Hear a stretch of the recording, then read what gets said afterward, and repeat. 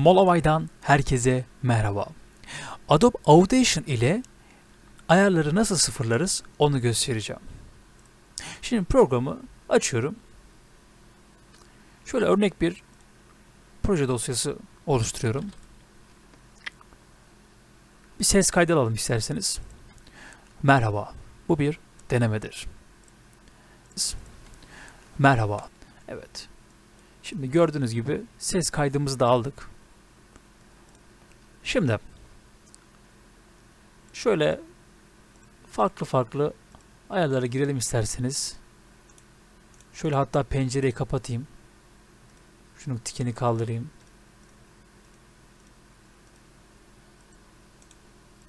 Mesela bunları kapatayım şöyle.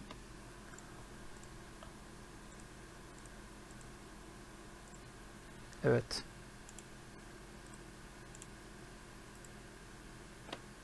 Şu gördüğünüz gibi garip ayarları yapıyorum. Bütün tuşlara basıyorum yani.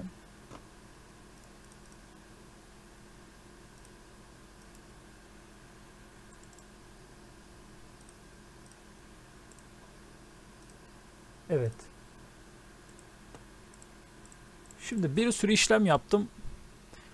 Fakat program kafayı yemiş bulunmaktadır.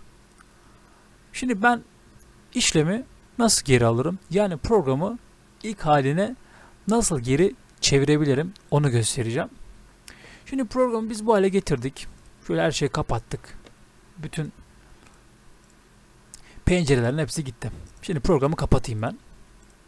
Tekrar açayım. Belki düzelir umuduyla. Programı açıyorum ve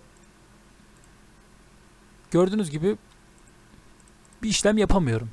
Şu an program kafayı yemiş durumda. Şimdi böyle bir sorunla karşılaştığınız zaman yapacağınız işlem çok kolay.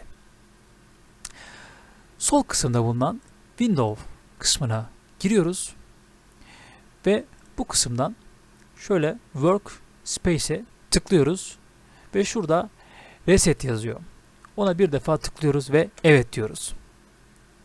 Ve gördüğünüz gibi ayarlarınız eski haline gelmiş bulunmaktadır. Bir kapatalım isterseniz. Tekrar çalıştıralım.